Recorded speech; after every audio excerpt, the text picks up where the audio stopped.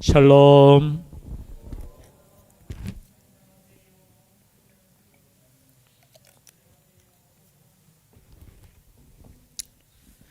네, 감사드립니다. 또 우리 학생들은 또 개학을 했습니다. 공부할 때가 제일 좋은데, 그죠? 지혜 있게 하시고 또 학교가 또 하나님께서 파송한 선교지가 될 수 있기를 주의 이름으로 축복합니다.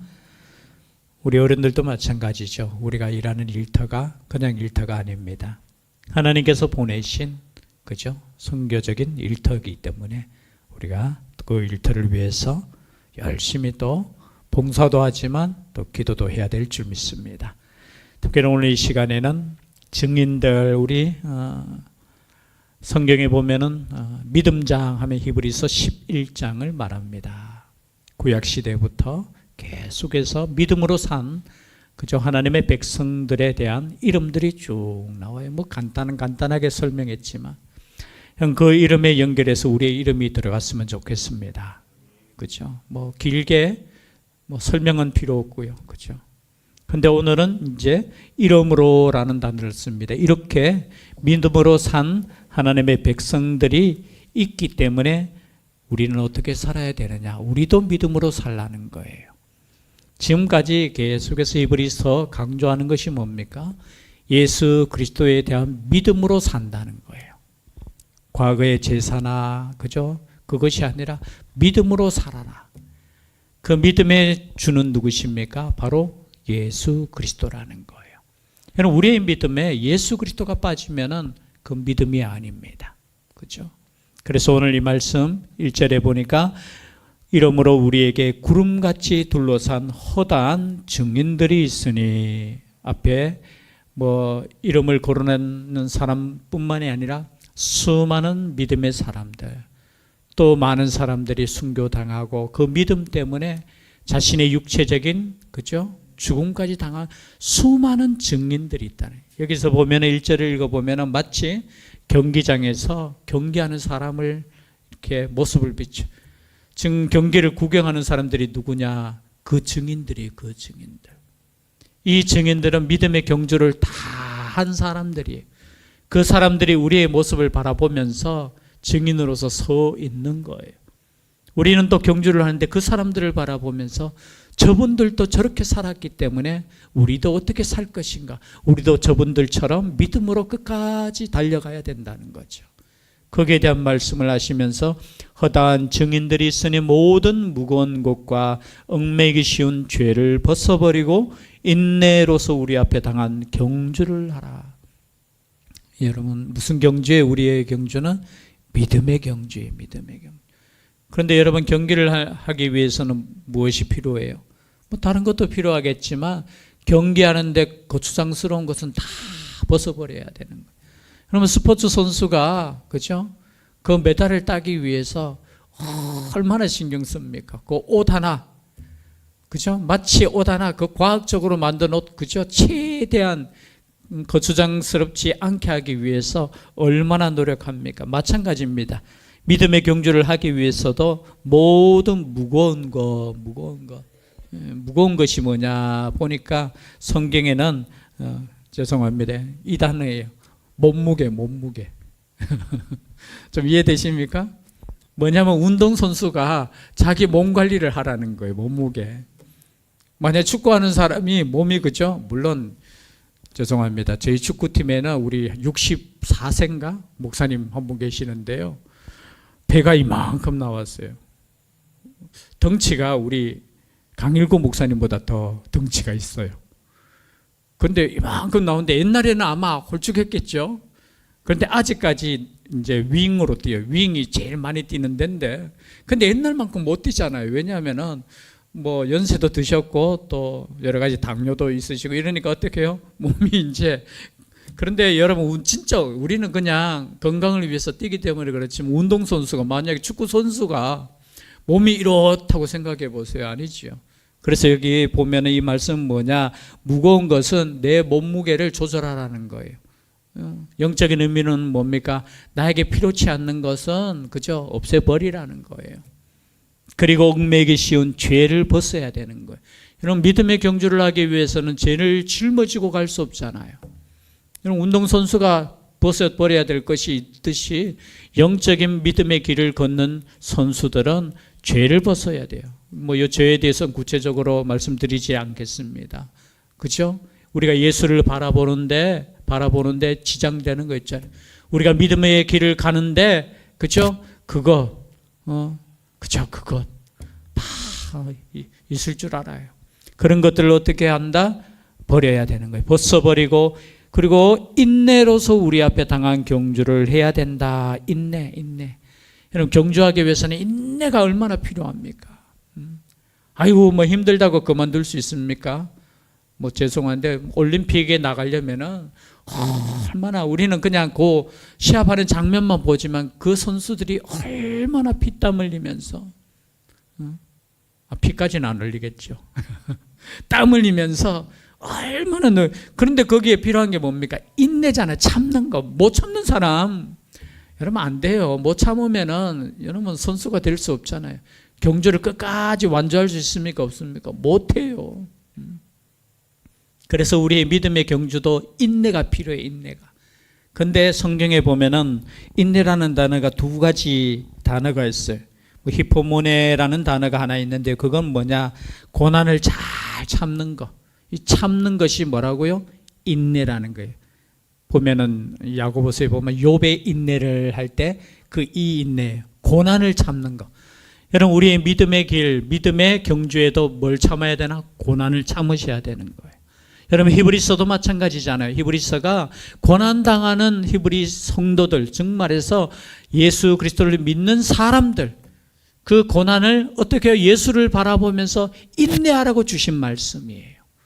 그래서 오늘 이 말씀도 어떻게 해요? 인내하라라는 거예요.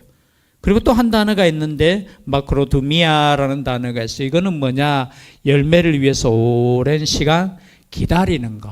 그래서 인내는 뭐냐? 고통을 참는 것. 또 하나는 뭐예요? 기다리는 것. 이 두 가지가 인내의 의미예요. 어떤 사람은 고통은 잘 참는데, 그죠? 기다리는 건 못할 수 있어요. 여기 기다린다는 건 뭐냐? 농부가 열매를 맺기 위해서 그때까지 기다리는 것을 인내라는 거예요. 여러분, 열매는 내가 막 원한다고 해서 막 열매가 맺혀집니까? 아니잖아요. 씨앗을 심으면은, 그죠? 싹이 나고 계속 자라고 하면서 나중에 그저 때가 되면 열매를 맺는데, 그때까지 어떻게 해요? 기다리는 거. 그래서 믿음의 경주를 하는 사람은 두 가지 인내해야 되는데, 한 가지는 고통을 참는 것, 또 하나는 시간을 기다리는 것. 여러분, 우리의 인내가 이러한 인내가 되었으면 좋겠습니다. 믿음의 경주는 인내 없이는 할 수 없어요. 믿음도 마찬가지잖아요. 어떤 사람은 이렇게 해요. 내가 한 3년만 믿어보고, 그 믿음 아니에요. 여러분, 내가 딱 정해놓고 한 5년만 믿어보고, 그죠? 5년만 믿어보고, 그럼 그 믿음 아니에요. 믿음은 언제까지? 주님 오실 때까지. 또 언제까지요? 우리가 주님께 갈 때까지. 둘 중에 하나예요. 주님이 오시든지 우리가 주님께로 가든지. 그때까지 인내하는 것이 믿음이라는 거예요. 그리고 우리가 이 믿음 2절입니다. 2절 한번 읽어볼까요? 시작. 믿음의 주요 또 온전하게 하시는 인 예수를 바라보자. 그는 그 앞에 있는 기쁨을 위하여 십자가를 참으사 부끄러움을 개의치 아니하시더니 하나님 보호자 우편에 앉으셨느니라. 여러분, 우리가 인내할 수 있고 이 믿음의 길을 마지막까지 달려갈 수 있는 유일한 힘이 되고 목적이 되고, 그죠? 원인이 되는 것은 뭐냐? 예수 그리스도라는 거예요. 여러분, 우리의 믿음은 누구를 바라보는 거예요? 예수님을 바라보는 거예요. 여러분, 예수님을 바라볼 수 있기를 바랍니다. 3장 1절에도 마찬가지, 우리가 저번에 읽어봤지만요, 3장 1절에 이렇게 말씀하고 있어요. 히브리서 3장 1절. 그러므로 함께 하늘의 부르심을 받은 거룩한 형제들아, 우리가 믿는 도리의 사도이시며 대제사장이신 예수를 깊이 생각하라. 여러분, 우리의 삶 가운데 예수님을 깊이 묵상할 수 있기를 바랍니다. 여러분, 세상 거 깊이 묵상해, 물론 육적인 유익이 되고 도움이 될 수도 있겠지만, 여러분 예수님을 깊이 묵상하십시오. 예수님을 생각하십시오. 예수님을 바라볼 수 있기를 바랍니다. 저 믿음이 뭐냐라고 했을 때 제가 말씀 준비하면서 이런 생각, 믿음이 뭘까 했을 때 예수님을 바라보는 것이 믿음이라는 거예요. 누구를 바라본다고요?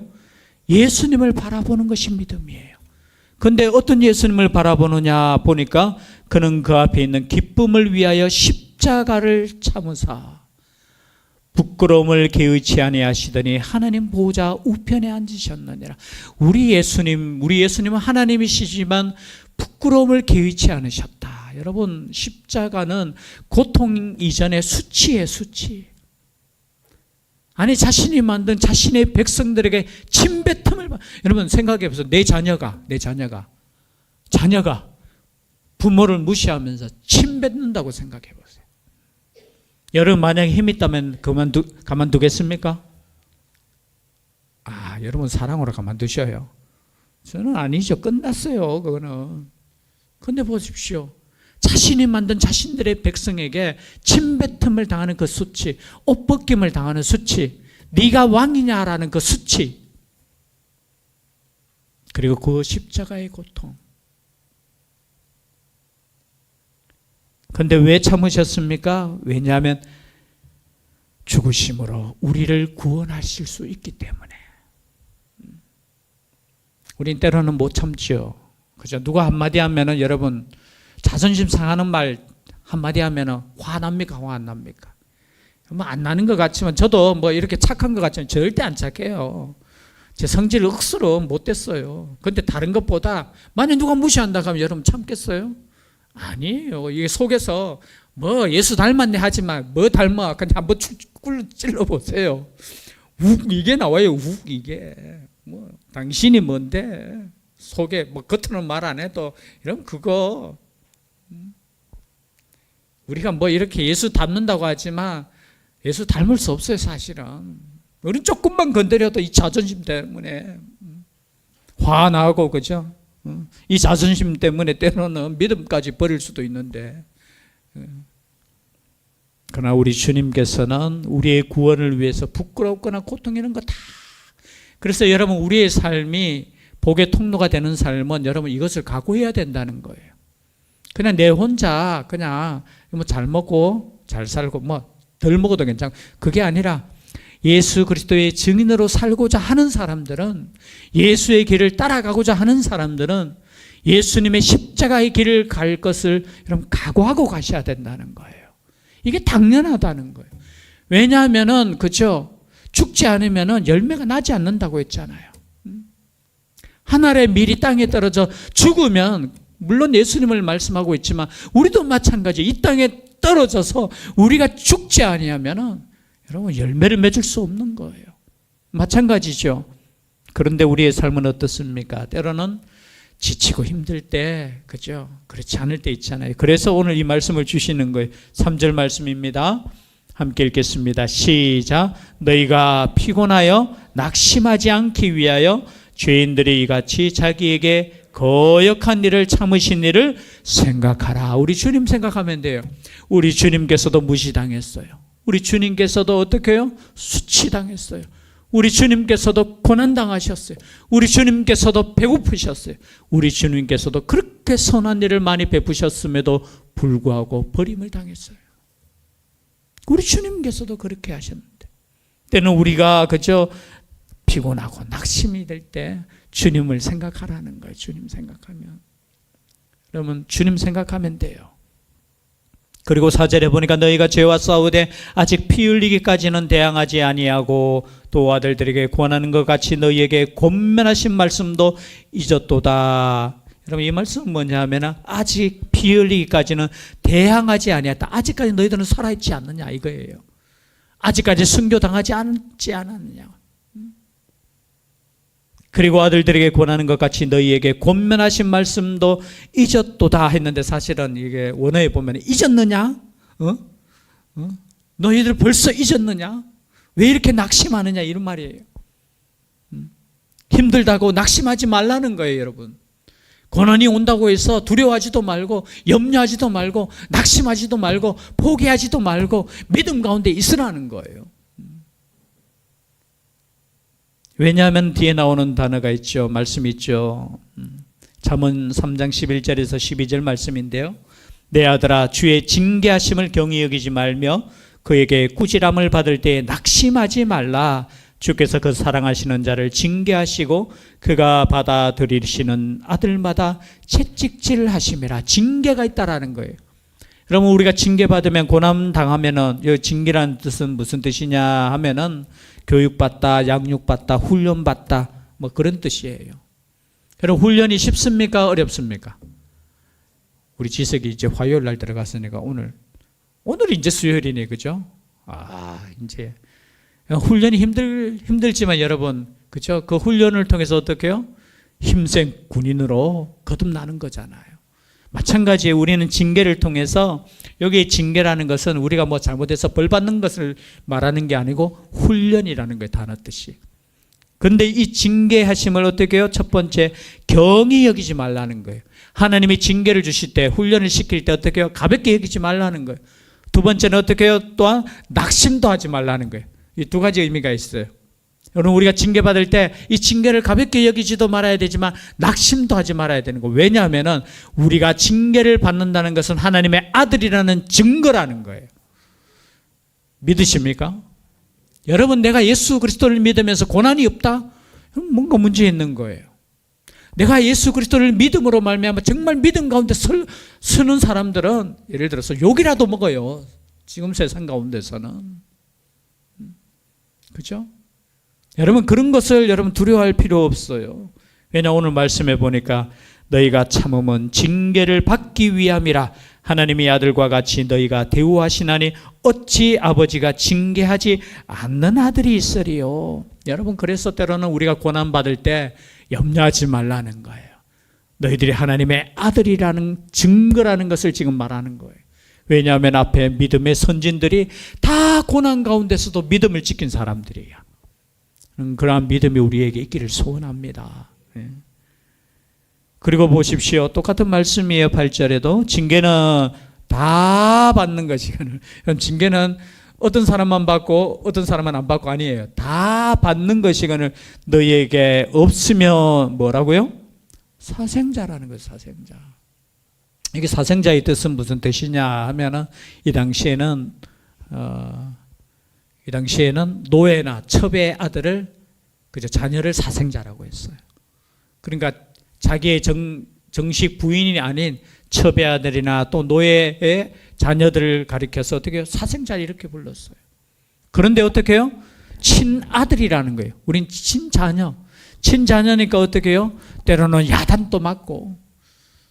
여러분, 누구에게 죄송합니다. 제가 제일 야단 많이 찾는 사람이 누구게요? 설민이 솔찬이죠. 그렇죠? 만약 교회에서 누가 뭐 잘못한다고 해서 제가 막 가서 야단 못 치잖아요. 요즘은 치면은, 그죠? 그죠? 좀 문제가 생기잖아요. 근데 내 자식은 여러분 야단 칠 수 있습니까? 없습니까? 칠 수 있잖아요. 그렇죠? 그것처럼 우리 하나님도 우리를 자녀로 생각하기 때문에 징계를 주신다는 거예요. 그래서 여러분, 고난이 올 때 여러분 너무 염려하지 말고 낙심하지 마십시오. 이 고난을 통해서 하나님께서 왜 고난을 주시느냐, 왜 징계를 주시느냐 보니까 10절에 보니까 그들은 잠시 자기의 뜻대로 우리를 징계하였거니와. 여기는 사람의 부모는 어떻게 해요? 자기 뜻대로 때로는 징계해요. 우리 부모들 보면 그렇잖아요. 때로는 내 기분이 나빠서 막 혼낼 때도 있어요. 사실 솔직히 고백하면은 평소에는 그냥 괜찮다가 어떨 때는 막 속에 뭔가 화가 있는데 탁 건드리면은, 그렇죠? 그럴 때도 있어요. 그러나 우리 하나님은 어떤 하나님이시냐? 우리의 유익을 위하여 그의 거룩하심에 참여하게 하시느니라. 그럼 하나님께서 주시는 징계는 누구를 위한 것이라고요? 우리를 위한 것이에요. 여러분, 혹시나 믿음에 징계가 있습니까? 믿음의 훈련이 있습니까? 여러분, 그것은 하나님 앞에 감사해야 될 제목이에요. 때는 우리가 연약하고 부족할 때, 그죠? 우리를 바른 길로 가기 위해서 하나님께서 때는 징계하신다, 훈련시키신다는 거예요. 그게 목적이 뭐냐? 우리를 위한 것이라는 겁니다. 가끔 부모가 그러죠. 이런 말 하는 거야. 야, 너를 위해서도 하지 마. 때는 가끔 가다가 너보다는 부모의 체면을 위할 때도 사실은 있어요. 그런데 우리 하나님은 누구를 위해서? 우리를 위해서. 그러나 여러분, 징계는 힘들죠. 11절에 무릇 징계가 당시에는 즐거워 보이지 않고 슬퍼 보이나. 여러분, 징계가 사실은 즐겁지는 않죠. 여러분, 징계가 야단 맞으면서 막 웃는 사람 있어요? 아니잖아요. 즐겁진 않아요, 사실은. 훈련이 사실은 마냥 즐겁진 않아요. 힘들어. 사실은 훈련 받는 게 얼마나 힘듭니까? 그러나 후에 그로 말미암아 연단받은 자들은, 여기 연단은 연습 훈련이라는 뜻이에요. 연습한 자들아, 훈련받은 자들은 의와 평강의 열매를 맺느니라. 여러분, 꼭 저는 성경에 보니까 반드시 100%는 아니지만 고난을 통해서 하나님께서 기대하시는 열매가 있다는 거예요. 반드시 있어요. 성경을 여러분 자세히 이렇게 읽어보시면, 자세히 아니, 대충 읽어봐도 하나님께서는 열매를 주실 때 반드시 고난이라는 것을 통해서 주시더라고요. 한번 그 관점에서 한번 생각하면서 한번 성경을 쭉 읽어보세요. 우리에게 복을 주실 때는 반드시 뭔가 있어요. 사건이 있어요. 사건. 그 사건을 통해서 하나님을 더 의지하게 하시고, 그 사건을 통해서 하나님의 그 주관하심과 하나님의 역사하심을 더 간절하게 하나님께 나아갈 때 하나님께서 열매를 맺게 해주신다는 것. 마찬가지잖아요. 예수 그리스도의 그 십자가의 열매가 우리의 영원한 생명이듯이, 그죠? 그 고난의 열매들이 모여져서 어떤 열매를 맺는다? 평강의 열매를 맺는다. 평강. 그래서 결론적으로 말씀드립니다. 12절 13절 함께 읽겠습니다. 결론의 말씀입니다. 그러므로 피곤한 손과 연약한 무릎을 일으켜 세우고 너희 발을 위하여 곧은 길을 만들어 저는 다리로 하여금 어그러지지 않고 고침을 받게 하라. 그러므로 피곤한 손과 연약한 무릎을 일으켜 세우라는 거예요. 당시에 그리스도인들이 너무 피곤했다라는 거예요.